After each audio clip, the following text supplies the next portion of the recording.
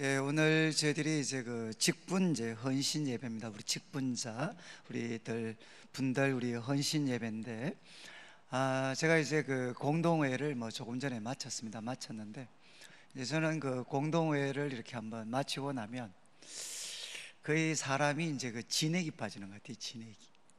이제 우리 성도님들은 뭐 오늘 이렇게 공동회에 뭐 동의, 제청, 가부 예하고 이렇게 끝내셨는데, 이제 최소한 뭐 제한테는 이게 한 10월 달부터 이제 시작이 됩니다. 10월 달부터 이제 10월 달부터 이제 한 해에 대한 그런 평가들, 또 이제 내년에 대한 그런 여러 가지 계획들, 이런 것들에 대한 이제 구상, 그런 방향들 그래 같이 하고, 그런 가운데 이제 또 특별 새벽 기도회, 우리 또 하반기 우리 또 특별 새벽 기도회도 우리가 진행을 하고, 또 원래는 이제 또 특별히 작년에는 또 우리 그 직분자 우리 또 임직식이 또 있어가지고 또 그거와 관계되는 교육들도 있고, 그래서 이제 오늘 저희들이 보고했던 이런 것들은 우리 성도님들이 이제 들으실 때는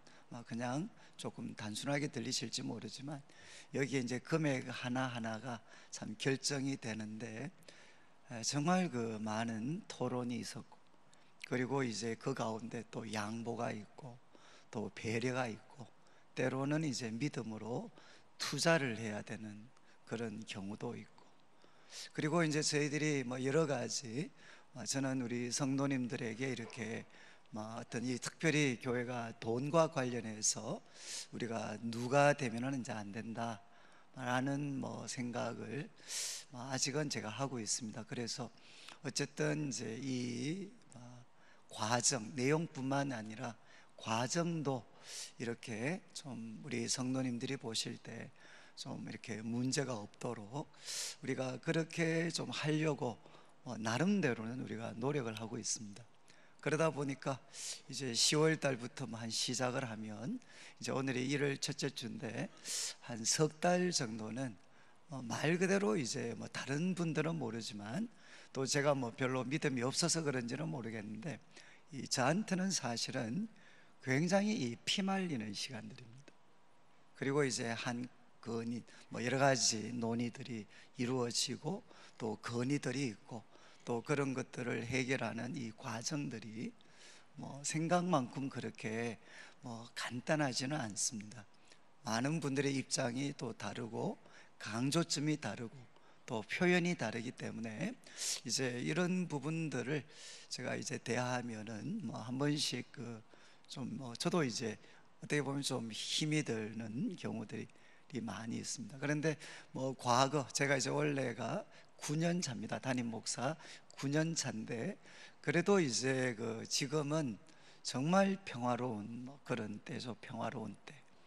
저는 이제 어릴 때부터 교회에서 자랐고 활동을 했기 때문에, 저한테는 이제 개인적으로 이 교회 다툼에 대한 그런 트라우마가 사실은 많이 있습니다. 왜냐하면 어릴 때부터 그거를 지켜봤습니다. 어릴 때부터. 최소한 저는 중학생 이후로부터는 항상 교회 가면 이제 친구들 또 교회에서 듣는 이야기는 누가 누구와 싸웠다는 이야기였어요. 그리고 이제 이런 공회를 우리가 참 금지는 돼 있었지만, 이렇게 뒤에 몰래 숨어서 듣고 보고 하다 보면 어린 제 마음에는 참 왜 저런 것 가지고 저렇게 길게 싸우나, 또 한 번씩은 왜 저런 것 갖고 저렇게 목숨을 걸고 싸우시나, 이게 어린 제 마음에는 사실은 잘 이해가 되질 않았습니다. 그리고 참 교회는 왜 예수님을 믿는데 사람들이 저렇게 속이 좁나, 그리고 저렇게 말이 통하지를 않나, 이제 이런 어떤 마음들을 저는 이제 어렸을 때 사실 많이 가졌습니다. 그리고 제가 좀 웃기는 말씀이지만, 교회 장로님, 권사님 투표하는데 보니까 앞에 마이크 잡고 그냥 막 휘두르니까 또 빨리 장로님이 되시더라고요. 그래서 제가 어렸을 때, 야, 교회에서 빨리 출세하려면 마이크를 선점해야 되는구나. 저도 어렸을 때 그런 생각을 했던 적이 있었습니다. 그리고 이제 또 하나는 저는 제가 대학생들을 지도할 때 아마 우리 신실한 우리 복음주의권이라고 보수 쪽에 있는 우리 대학생들 중에서는 가장 과격한 애들을 제가 지도를 했습니다. 그리고 가장 많은 책을 읽었고 가장 말빨이 센 애들을 제가 한 3년 정도 제가 참 이렇게 돌봤습니다. 그러면서 야, 정말 참 이 사람 정말 그 혼을 빼놓더라고요. 혼을. 야, 어떤 결정을 하는데 자기들이 가지고 있는 대의 명분 때문에 조금도 남의 이야기는 귀 기울이지 않고, 요즘으로 하면 진영 논리죠. 진영 논리. 그 진영에 갇혀서 조금이라도 타협하면 마치 막 목숨이라도 잃는 것처럼, 변절하는 것처럼 절대로 양보하지 않는, 그리고 끝까지 싸우는 그런 청년들과 제가 한 3년의 시간을 제가 보냈습니다. 그래서 제가 왜 난지도 있었겠습니까? 그런데 걔들한테 제가 했던 말은, 야, 너희들이 그래 하면 뭐하냐? 너희들이 난지도에서 살아봤냐? 너희들이 생각하는 가난한 사람들하고 내가 실제로 살면서 만났던 가난한 사람들은 달라. 그러면서 제가 사실 그 아이들한테 어떻게 보면 말빨을 나름대로 가질 수 있었습니다. 제가 이제 그러면서 제가 사역을, 저도 교회를 이렇게 섬기면서 저는 정말 이 두 가지가 하나 과제였습니다. 하나는 뭔가 하면 교회가 참 의롭고 누가 봐도 공평하고, 그리고 소통이 되고 어떤 문제 제기를 할 수도 있고 또 그거에 대해서 바른 답변을 찾아가고, 그래서 이런 변화의 노력들은 한편 계속 진행되지만 그럼에도 불구하고 교회가 서로에 대한 존중과 또 서로에 대한 신뢰를 잊지 않고, 그래서 우리가 조금 더 다른 뜻을 표현하더라도 거기에는 참 평화가 있는, 여전히 신뢰가 있는 그런 교회를 어떻게 하면 좀 세울 수 있을까? 저는 이제 저한테는 이게 좀 과장해서 표현하면 평생의 과제입니다. 저는 아마 우리 성도님들도 아시고 우리 목회자들이 만나면 그런 이야기 하죠. 교회가 부흥하는 길이 뭐냐? 여러분, 교회가 부흥하는 길이 뭐겠습니까? 예를 들면 영역 있는 목사님들이 설교를 하고, 병 고치는 사람, 죽을 병을 걸린 사람이 낫고. 그런데 웃으면서 하는 말이, 교회 성장하는 길은 아주 쉽습니다. 뭔가 하면 안 싸우면 부흥합니다. 제가 참 슬픈 말씀을 드리면 우리 교회에 지금 새로 오시는 분들이 많이 계십니다. 그런데 그분들이 대부분 우리 교회를 왜 오시느냐? 여러 가지 이유가 있지만 결국은 자기가 있는 교회는 싸우고 있는데 그 싸움이 언제 끝날지 모를 것 같고, 그 대신 우리 교회는 그분들이 볼 때 그래도 싸울 가능성이 가장 적다고 평가하기 때문에 우리 교회에 오시는 분들이 대다수십니다. 제가 이제 오늘 이런 말씀을 드리는 것은 단순하게 우리가 직분자가 되어서 교회를 다투고 분란을 일으키는 그런 사람이 되지 말자, 그런 이야기를 드리고 싶은 게 아닙니다. 저는 참 이런 어떤 여러 가지 일들을 겪으면서 도대체 교회 속에 올바른 지도자는, 만약에 저라면 교회 속에 올바른 지도자는 도대체 어떤 사람인가? 목사님뿐만 아니라 우리 장로님들, 여러분, 교회 시끄러운 거는 목사 책임이 다라고 할 수 있지만 냉정하게 말씀드리면 50대 50입니다. 목사 책임 50%, 장로님 책임 50%. 그러니까 도대체 교회 지도자들은 어떤 사람이 돼야 되는가? 이거는 정말 저의 오랜 질문이었고, 그리고 지금도 답을 찾아가고 있는 그런 가운데 있습니다. 그런데 저는 제가 이 부분에 대해서 이제 제가 성경을 제가 개인적으로 공부를 했습니다. 공부를 하면서 그래도 하나님이 저한테 주신 가장 탁월한 답변 중에 하나는 이 야고보서 3장이었습니다. 그래서 제가 몇 번 설교를 드렸지만 한 번 더 제가 좀 말씀을 나누고, 우리 모든 특별히 주일 오후 예배에 참여하실 정도 성도님들이시면 정말 우리 교회를 향한 무한한 그런 애정과 신뢰를 갖고 계시는 분들입니다. 그렇기 때문에 제가 좀 부탁도 드리고 싶고, 그래서 이제 제가 오늘 이 말씀을 제가 준비를 했습니다. 그래서 3장 1절에 보면 야고보가 이런 이야기를 합니다. 내 형제들아, 너희는 선생된 우리가, 여러분 선생이라는 것은 결국 지도자들이죠. 선생된 우리가 더 큰 심판을 받을 줄 알고, 여러분 이건 꼭 줄을 쳐 놓으셔야 됩니다. 여러분, 선생된 우리는 더 큰 심판을 하나님으로부터 받습니다. 여기 더 크다는 표현은 대부분 영어 번역은 더 엄격한, strict, 더 엄격한 심판을 하나님으로부터 받을 줄 알고, 여러분 지도자된 우리는 하나님으로부터 더 엄격한 심판을 받게 됩니다. 그래서 보통 사람들이 그 일을 하면 하나님께서 그냥 이렇게 좀 속되게 표현하면 봐주실 수가 있습니다. 그러나 지도자들이 그 행동을 하면 하나님이 가혹하게 심판하실 때가 있습니다. 왜냐하면 그가 선생이기 때문입니다. 그래서 이제 야고보가 말씀했습니다. 더 큰 심판을 받을 줄 알고 뭐라고 했느냐? 선생이 많이 되지 마라. 다른 말로 하면 웬만하면 선생이 되려고 하지 마라. 이렇게 야고보가 이야기를 했습니다. 그런 다음 이제 2절 말씀, 여러분 아무리 하나님으로부터 더 엄격한 심판이 있다 할지라도 우리가 그 실수를, 잘못을 안 할 수 있는 가능성이 훨씬 더 크다면 문제가 되지 않죠. 아무리 엄격한 심판을 해도 우리가 그 심판을 만족시킬 수 있는 능력과 힘이 있으면 엄격한 심판이 있다는 건 중요하지 않습니다. 그런데 문제는 2절에 우리가 다 실수가 많다는 것입니다. 대부분 번역들을 보면 우리는 다 잘 넘어진다는 겁니다.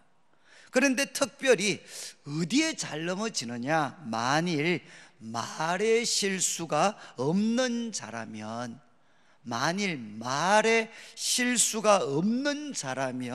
곧 온전한 사람이다. 능히 온 몸도 굴레를 씌울 수 있다는 겁니다. 여러분 지금 2절 말씀을 보면 우리는 다 실수가 많습니다. 그리고 선생된 사람들도 예외일 수가 없습니다. 그런데 특별히 우리가 어디에서 가장 많은 실수를 할 수 있느냐? 그것은 말이라는 겁니다. 말에 실수가 없는 사람이라면 그 사람은 온전한 사람이어서 몸으로 하는 모든 행동을 다 굴레 씌울 수 있는, 통제할 수 있는 사람이다. 그래서 이제 3절부터는 이런 말씀을 합니다. 이 말이라는 게 정말 우리 사지 육체 중에서 이 입이라는 거는, 혀라는 것은 참 작은 겁니다.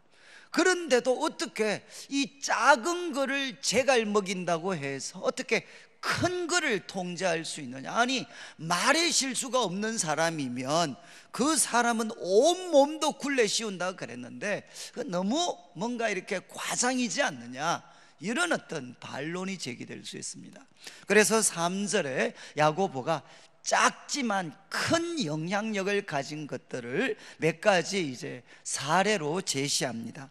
우리가 만일 말들의 입에 재갈 물리는 것은 우리에게 순종하게 하려고 그 온몸을 제어하는 것이다. 이건 뭐겠습니까?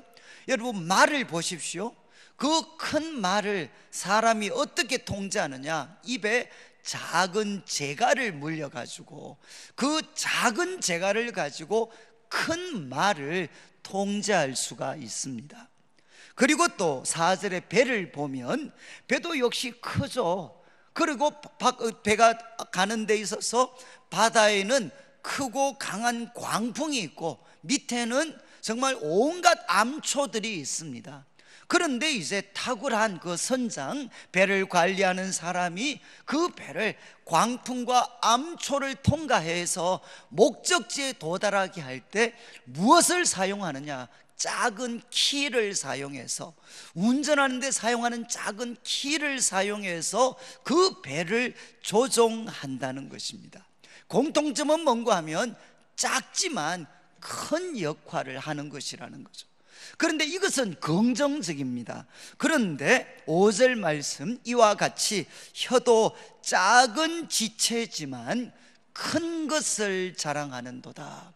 똑같이 말의 입에 물린 재갈처럼, 그리고 배를 조종하는 키처럼 작지만, 혀도 작은 것이지만 큰 것, 큰 힘을, 큰 영향력을 자랑한다.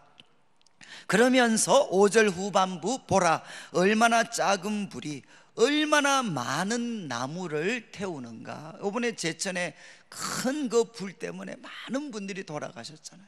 그런데 그게 결국 원인들 아직 명확하게 밝혀지진 않았지만 그 일청에서 뭔가 불통이 하나 튄 것이 결국 이 큰 화재를 가져왔습니다. 그리고 이번에도 뉴욕에서도 큰 화재가 있었는데 한 작은 아이가 실수해서 큰 불이 일어났습니다. 그리고 산불이 일어날 때도 똑같죠. 여러분, 큰 불은 무엇으로부터 시작이 되느냐? 작은 불씨가 큰 불을 만들어낸다는 겁니다. 그것처럼 6절 말씀, 혀는 불이다. 불인데 어떤 세계냐? 뭔가 선한 영향력을 미치는 선의의 세계가 아니고 이것은 불의의 세계라는 건, 불의의 세계. 그래서 6절 후반부, 혀는 우리 지체 중에서 온 몸을 더럽히고 삶의 수레바퀴를 불살라 버리는데 그 사르는 것이 지옥불에서 나느니라. 정말 표현만 듣기만 해도 끔찍하죠. 혀는 불이다, 불. 그런데 이 혀는 안타깝게도 어디 사용되느냐?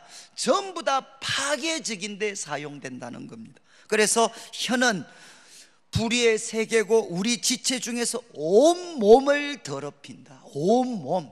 여러분, 우리가 말 한마디 잘못하고 나면 그 사람 존재 자체가 다르게 보입니다.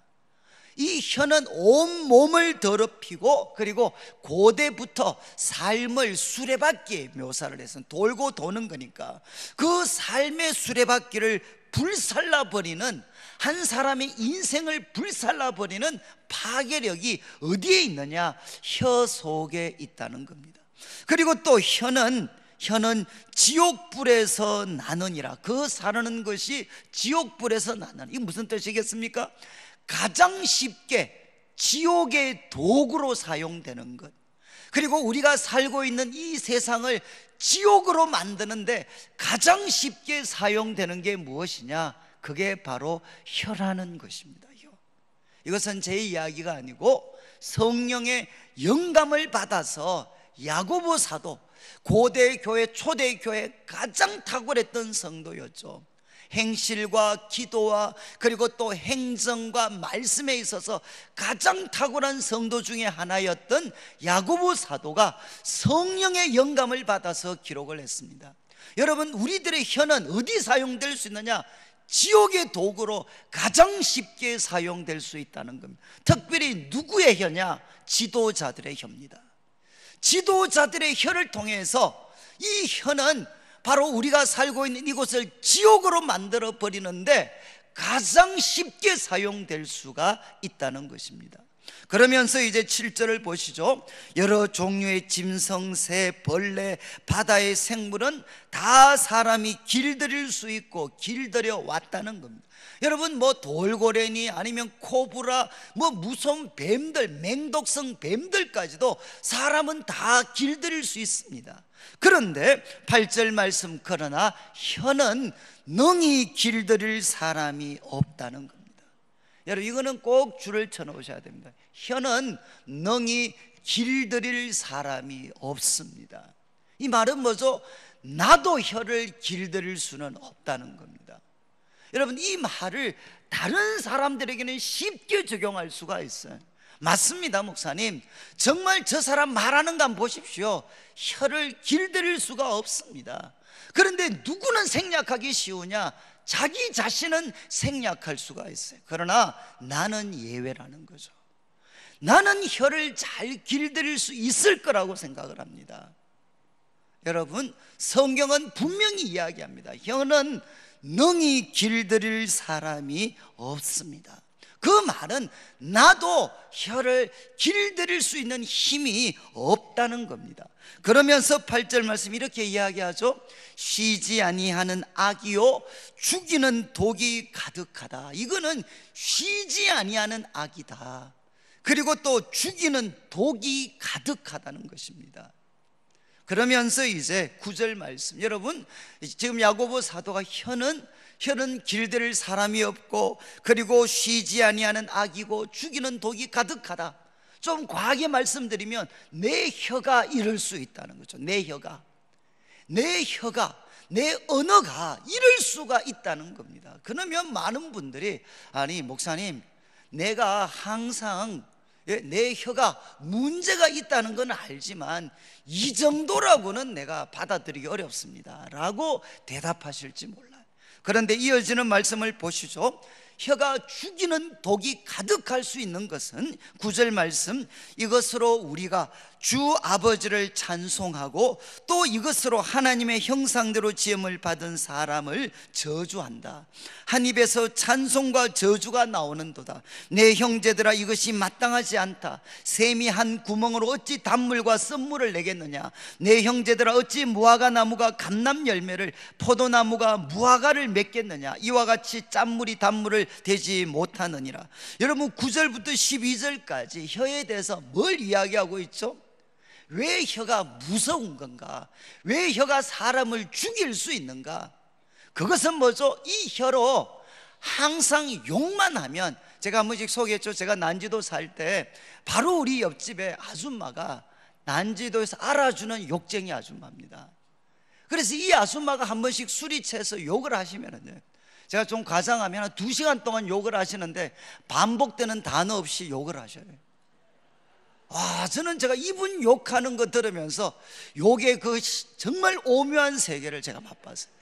야, 진짜 욕을 하는데 반복이 되질 않더라고요. 무궁무진한 욕을 하시더라고요.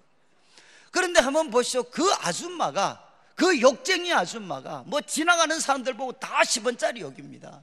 그런데 그 옆집 아줌마가 한 번씩 술이 채서 제가 옆집에 사는 소위 목사다, 강도사다 이건 모르면 저한테도 한 번씩 욕을 하셔요.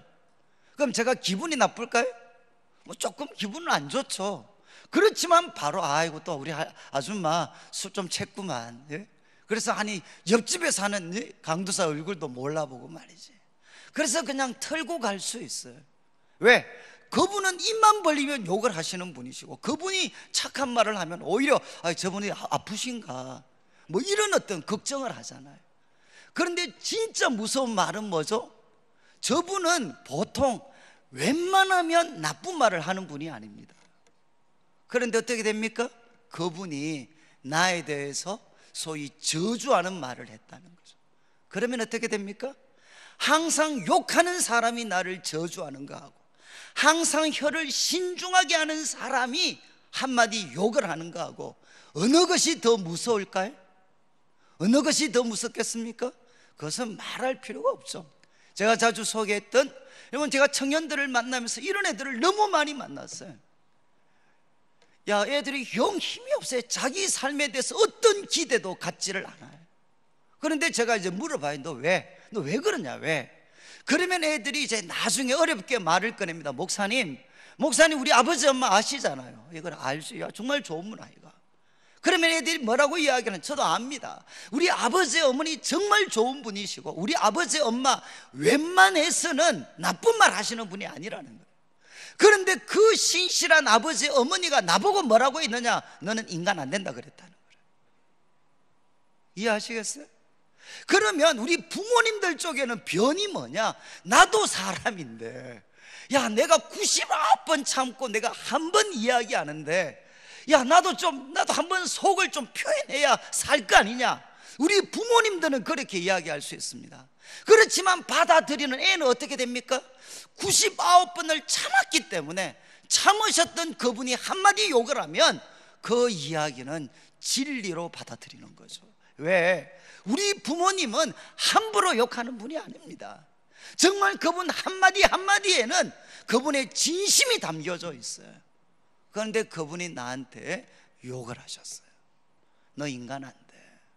여러분, 제가 지금은 우리 청년들 집회를 그렇게 많이 가지 않습니다. 그러나 청년들 집회를 가면 이제 과거에 가면 전부 다 마지막 날은 제가 부흥의 강사니까 다른 교회에서 왔잖아요. 그러면 애들이 상담을 요청하는 애들이 많습니다. 그러면 상담하는 애들의 거의 대다수가 뭔 줄 아십니까? 자기가 신앙생활하는데 의욕을 못 가진다는 이유가 뭐냐? 자기가 섬기는 교회 목사님이 너 인간 안 된다 그랬다는 거예요.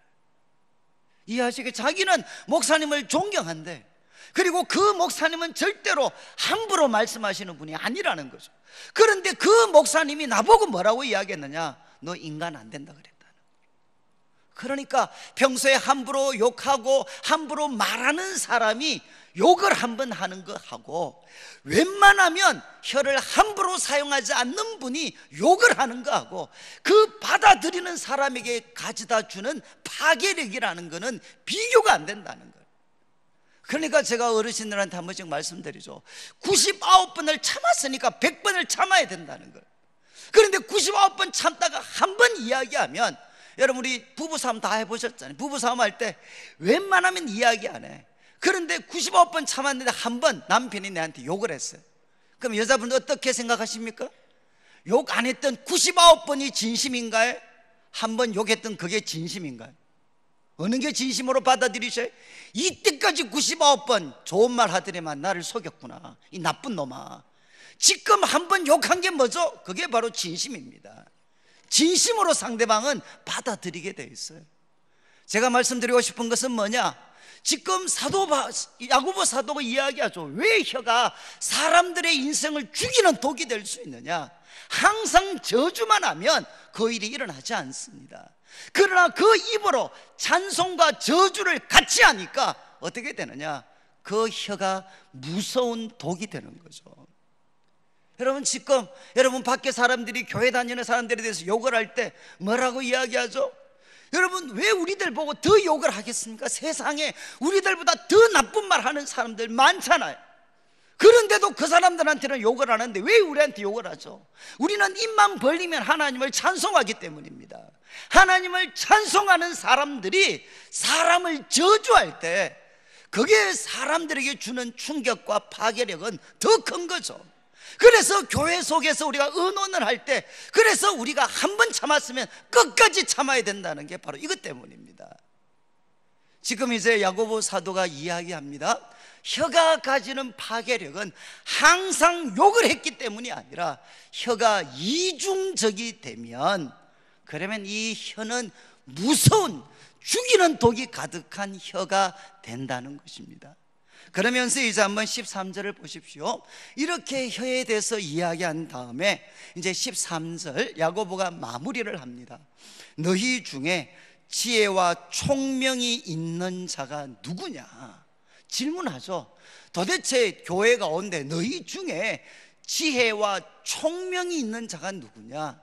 여러분, 이게 앞에서 나왔죠.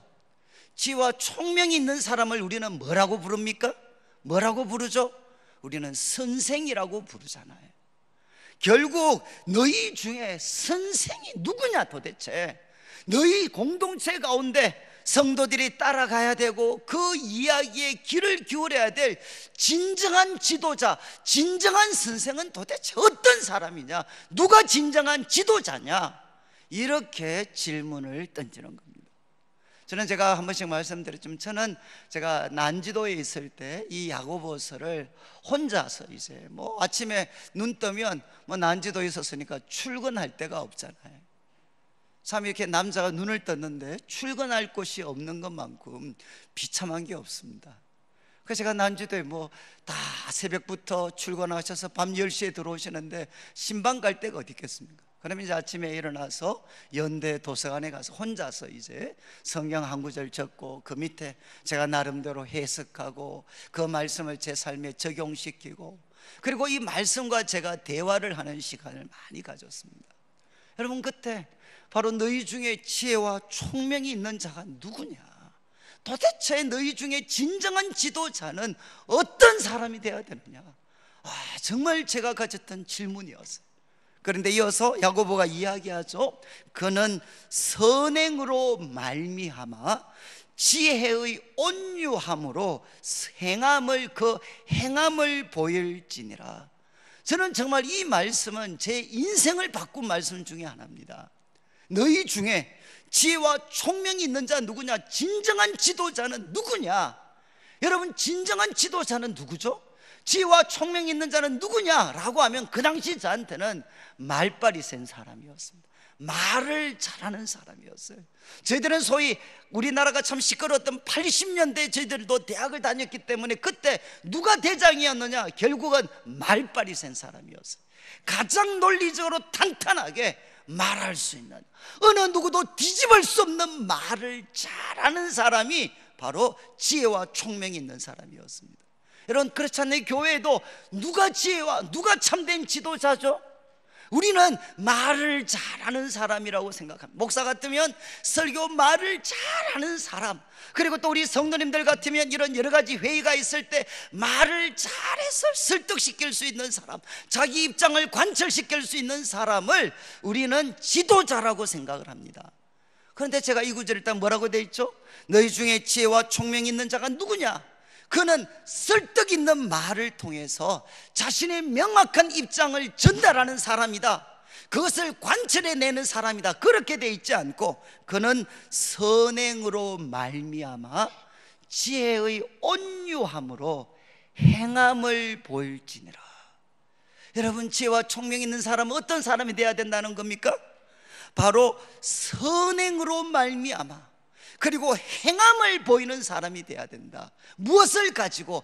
지혜가 주는, 하나님의 지혜가 주는 그 온유함을 가지고. 저는 이 네 가지 단어가 제 삶에는 너무나도 충격이었어요. 내가 학교에서 만났고 청년들에게 요청받았던 지도자들의 모습과는 전혀 달랐습니다. 그는 누구냐? 말이 아니라 행동을 보여주는 사람이다. 특별히 선행을 보여주는 사람이다. 그리고 그는 지혜가 있기 때문에 어떤 사람이냐? 온유한 사람이다. 여러분, 우리가 세상에서 만나는 지혜 있는 사람은 어떻게 되죠? 권위적이고 도전을 허락하지 않습니다. 교만하고 건방지고 자기 과시적이고 자기 입장을 관철해내는 사람들입니다. 그런데 야고보는 뭐라고 했느냐? 지혜의 온유함으로. 여러분, 하나님의 지혜를 받게 되면 사람은 겸손해지게 되어 있습니다.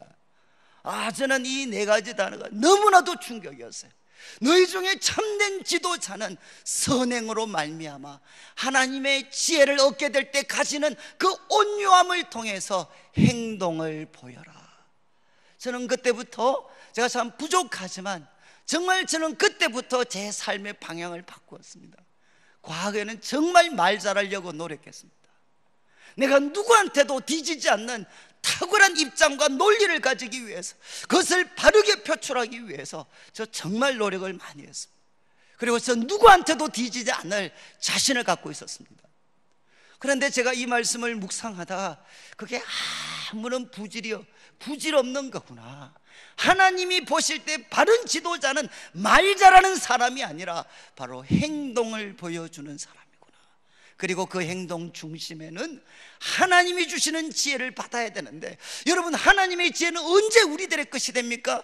하나님 앞에 온유하고 성도들 앞에 온유한 사람이 될 때, 겸손한 사람이 될 때 우리들에게 하나님의 지혜가 주어질 수가 있습니다.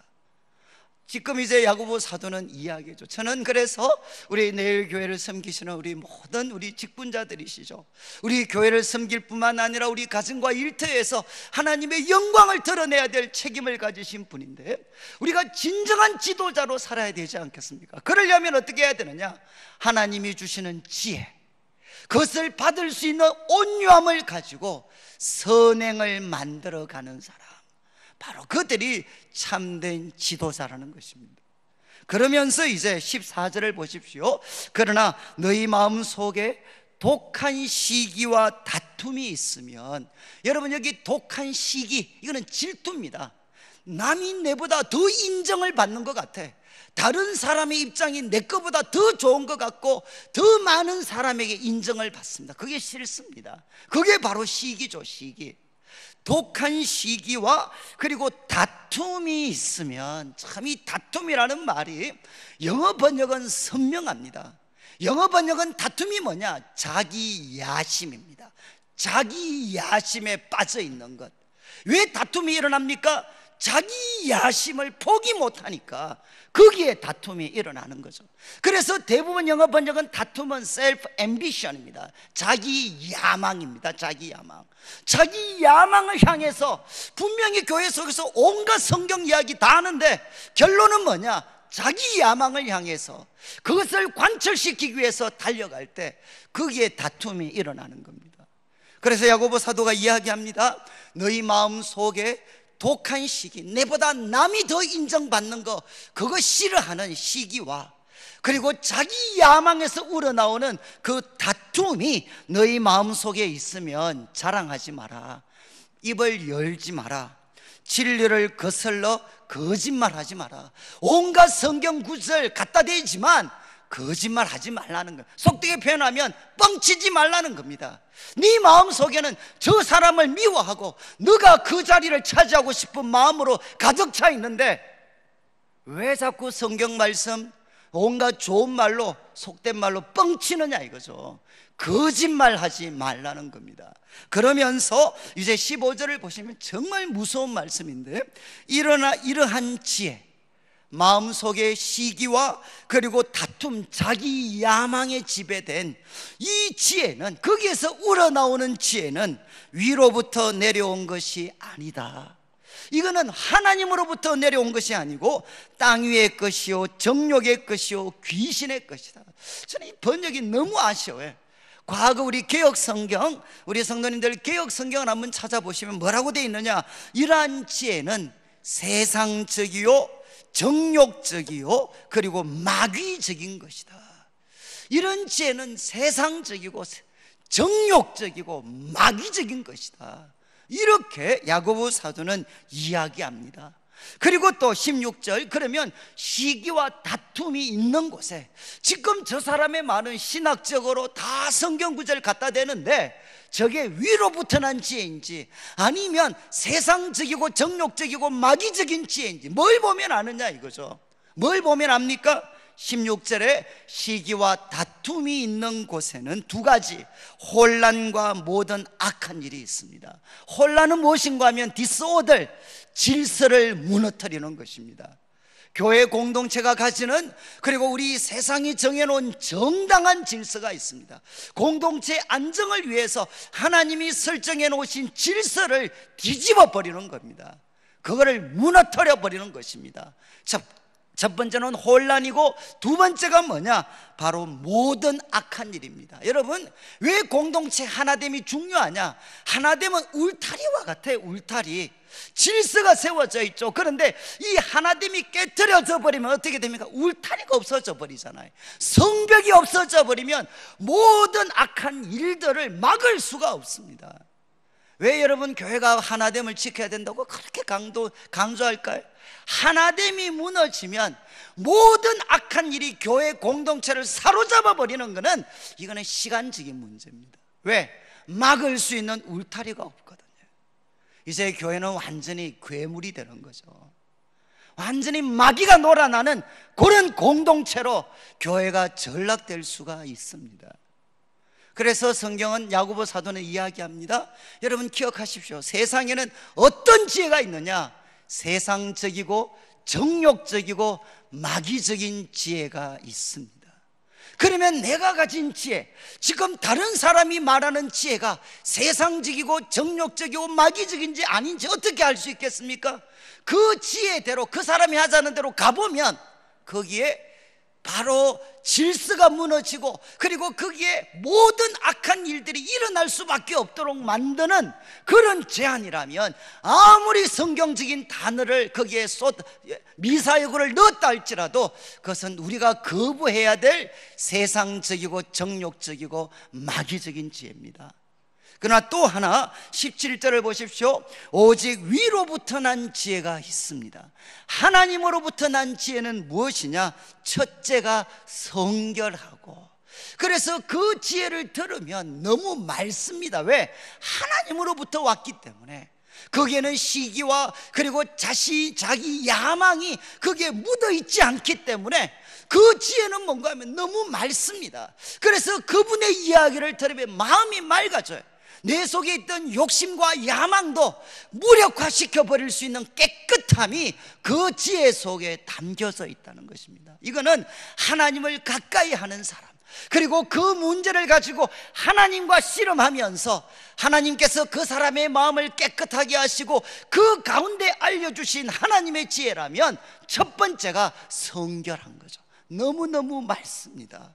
오늘날 시대에 필요한 지혜는 바로 이런 지혜들이죠. 책 몇 권 읽고 까부는 지혜가 아니라 하나님과 깊은 실험 속에서 하나님이 우리들의 마음을 새롭게 하시고 깨끗하게 하시고, 그런 사람들만이 받을 수 있는 성결한 맑고 깨끗함이 이 지혜의 첫 번째 특징이다. 그리고 두 번째 특징은 무엇인가 하면 다음에는 화평합니다. 그 지혜는 사람을 갈라놓는 것이 아니라 사람이 하나 되도록 만들어준다는 거예요. 그 이야기를 들으면 너 편 내 편이 있는 게 아니고, 누구와 원수되는 게 아니고, 그 말이 염두에 두는 사람이 있는 게 아니고, 그 말을 들으면 아, 우리가 하나구나. 아, 우리가 서로 정말 저분에게는 저런 귀한 것이 있고 우리에게는 이런 귀한 것이 있으니까 이거 합치면 정말 좋은, 하나님이 기뻐하시는 뜻을 만들어 가겠구나. 그래서 위로부터 난 지혜는 상대방을 배제시키는 게 아니라 갈라진 사람들을 하나로 묶어줄 수 있습니다. 이게 두 번째 특징이고, 세 번째 특징은 뭐죠? 관용합니다. 반대자를 품어줄 수 있다는 거죠. 여러분, 하나님은 크고 위대하신 하나님이시기 때문에 우리들 안에는 답이 없는 것 같지만 그분 안에는 답이 있습니다. 이게 우리 그리스도인들이 누릴 수 있는 가장 큰 하나의 은혜가 되죠. 제가 자주 말씀드렸지만, 제가 우리 청년들한테 자주 이야기를 할 때 설명하는 게, 여러분 지금 우리가 수학에서 그런 거 배웠잖아요. 여러분, 이게 기울기가 다른 직선, 기울기가 똑같으면 이건 평행입니다. 그래서 기울기가 똑같으면 아무리 세상 끝날까지 가도 안 만납니다. 그러나 기울기가 다릅니다. 기울기가 다르면 어떻게 되죠? 반드시 만나게 되어 있어요. 그렇지 않나요? 우리가 수학할 때 배웠잖아요. 그런데 기울기가 달라도 절대로 안 만날 수 있습니다. 언제 그렇죠? 언제 그렇습니까? 2차원이 3차원이 되면 돼. 평면에서는 기울기가 다르면 만나게 되어 있지만 이게 3차원이 되어버리면 아무리 여러분 기울기가 달라도 이렇게 가는데 이게 세상 끝날까지 돈다고 만나겠습니까? 2차원에서 3차원으로 차원이 달라지면 어떻게 되느냐? 2차원에서는 불가능한 일이 3차원에서는 얼마든지 가능할 수 있습니다. 여러분, 우리가 볼 때는 통합이 불가능한 것 같지만 그러나 우리와는 비교할 수 없는 그 고차원의 하나님 안에는 같이 갈 수 있는 길이 얼마든지 담겨져 있어요. 그래서 하나님의 지혜는 뭐냐? 상대방을 배제시키는 게 아니라 그들을 품어내게 만들어줍니다. 관용합니다. 그리고 또 이야기합니다. 양순하고, 이 양수는 참 어려운 단어인데 제가 제일 좋아하는 단어는 reasonable 합니다. reasonable. 여러분, 이게 말이 된다는 거죠. 하나님이 주신 지혜는 소위 말이 됩니다. 이성적으로도 충분히 타당성이 있다는 것입니다. 하나님의 지혜이기 때문에 그는 말이 돼, 말이. 그리고 마지막으로 이야기합니다. 그것은 긍휼과 선한 열매가 가득합니다. 정말 아름다운 표현이지 않나요? 그 지혜를 가진 사람 속에는 하나님이 가지신 그 긍휼의 마음, 그리고 선한 열매가 그 속에는 가득하고 무엇이 없느냐? 편견이 없다. 이거는 뭐겠습니까? 바로 오늘날로만 진영 논리에 빠지는 겁니다. 내 편한테는 맞고 상대방에게는 거부하는 그 편견, 그리고 거짓은 뭐죠? 위선입니다. 위선. 겉과 속이 다른 것입니다. 여러분, 하나님이 위로부터 난 지혜에는 편견이 없고, 그리고 겉과 속이 다른 위선이 없습니다. 그래서 사도 바울, 이 야고보 사도가 이렇게 도전하는 이유가 뭐죠? 우리들 속에 일어난 지혜, 그것을 행동으로 옮기고 때로는 다른 사람이 요구할 때 꼭 기억해야 되는 게 있다는 거예요. 이 지혜가 위로부터 난 것인가, 아니면 세상적이고 정욕적이고 마귀적인 지혜인가, 이것을 꼭 먼저 살펴봐야 됩니다. 그런데 무엇을 보면 알 수 있느냐? 열매를 보면 안다는 겁니다.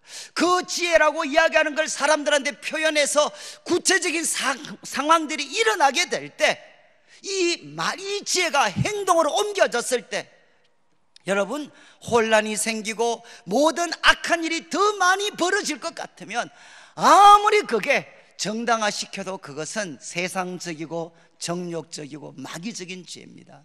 그러나 하나님께서 주신 이 지혜를 행동으로 옮겼을 때 너무나도 깨끗하고 갈라진 사람들의 마음을 하나로 모으고, 그리고 또 이제는 관용하고, 그리고 또 리저너블, 뭔가 참 말이 되고, 그리고 그 속에 긍휼과 선한 열매가 가득하고 편견과 거짓이 없으면 그것은 위로부터 난 지혜라는 것입니다. 그래서 이제 18절에 결론을 내리죠.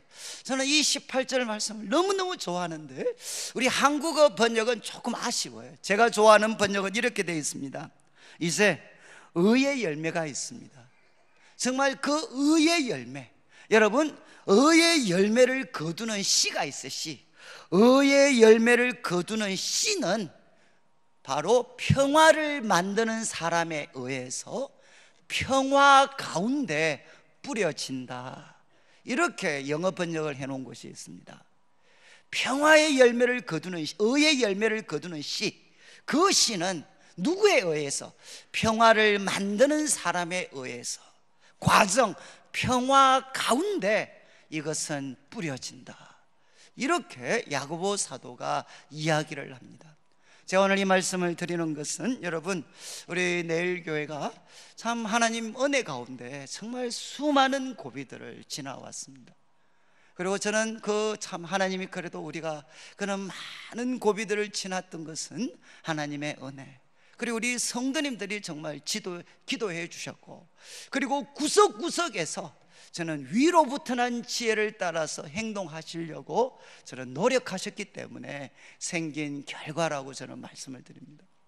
여러분, 제가 오늘 이 말씀을 드리는 것은 여러분 교회에 대해서 뭐 반대가 되거나 문제를 제기하는 거 하지 말라는 게 아닙니다. 그런 뜻이 아니죠. 여러분, 교회 공동체는 부족하고 우리는 소위 개혁교회에 속해 있습니다. 여러분, 개혁교회가 가르치는 것은 뭔가 하면 우리는 이 땅에서 완전한 개인, 완전한 교회는 없습니다. 그렇지 않나요? 이 땅에서 우리 그리스도인은 아무리 거룩해도 하나님 보실 때 완전한 사람 없습니다. 아무리 아름다운 교회도 완전한 교회는 없습니다. 그 말은 뭐죠? 여러분, 우리는 고칠 것이 있습니다. 그래서 바로 그리스도인, 우리 그리스도인이 할 수 있는 최선은 무엇이냐? 날마다 자기를 고치는 것입니다. 여러분, 저는 정말 저 자신도 그렇게 살고 싶고 우리 교회도 날마다 자신을 고치는 교회로 세워가고 싶습니다. 저는 다음 세대를 위해서라도 그렇게 한번 세워보고 싶어요. 정말 교회에 대해서 알면 알수록 사람들의 입에서 감동이 나오고 탐복이 흘러나오고, 우리 다음 세대가 볼 때 정말 우리 내일교회를 보니까 교회가 이렇게 영광스럽고 거룩하고 하늘의 놀라운 지혜를 가졌고 가장 존귀하고 거룩하고 영광스러운 공동체입니다. 저는 우리 후손들의 입에서 그런 말이 흘러나올 수 있는 교회를 저는 정말 물려주고 싶어요. 그래서 우리는 날마다 우리들 자신을 고쳐가야 됩니다. 그러나 중요한 것은 뭐죠? 그 고쳐가야 될 우리들이 어떻게 그 의의 열매를 거두는 씨를 뿌릴 수가 있느냐? 그것은 우리들 자신이 하나님 앞에 씨름해서 위로부터 난 지혜를 소유하셔야 돼요. 그리고 바로 우리들이 가진 지혜가 여러분 성결하고, 그리고 또 화평하고, 그리고 다른 사람을 품어내고, 그러면서도 하나님의 지혜니까 이성적으로 얼마든지 말이 되고, 그리고 그 속에 긍휼과 선한 열매가 가득하고 편견과 그리고 이중성, 외식이 없는 그런 위로 못한 지혜를 소유해가지고 어떻게 해야 되겠습니까? 말이 아니라 지혜의 온유함으로, 지혜의 온유함으로. 여러분, 다른 사람 판단하고 정죄하고 이것이 아니라 정말 하나님이 주시는 지혜의 온유함으로 그 지혜를 행동으로 하나씩 바꾸어가는 그런 사람들이 될 때, 여러분, 우리 교회는 세상이 할 수 없는 거룩한 공동체를, 가장 아름답고 가장 위대한 공동체를 우리는 만들어 갈 수가 있습니다. 저는 이제 올 한 해 우리 직분, 우리가 재직으로 섬기시는 우리 모든 분들이, 저부터가 그랬겠죠. 정말 이 한 해 동안 앞선 우리들이 하나님으로부터 더 엄격한 심판이 있다는 것, 그리고 여러분, 이 혀가 작지만 너무 큰 힘이 있습니다. 그리고 이 혀는 부정적으로 흐를 때가 너무너무 많습니다. 이 혀를 통제할 수 있는 방법은 위로부터 난 지혜를 소유하는 것. 저는 우리 성도님들이 교회를 사랑하시기 때문에 교회에 긍정적인 거나 부족한 거나 답답한 거를 볼 때 그것을 가지고 바로 하나님과 씨름하는 분들이 계셔서, 바로 앞선 저희들에게 위로부터 난 지혜에서 흘러나오는 말과 행동을 참 보여주셔가지고, 바로 그 헌신, 그 위로부터 난 지혜의 그 모습들을 보면서 우리 교회가 가야 될 방향이 바로 이것이구나. 저는 주님을 믿습니다. 저는 저 자신은 믿지 않아요. 그러나 저는 주님을 믿습니다. 또 하나, 주님을 믿기 때문에 저는 주님의 몸된 교회를 믿습니다.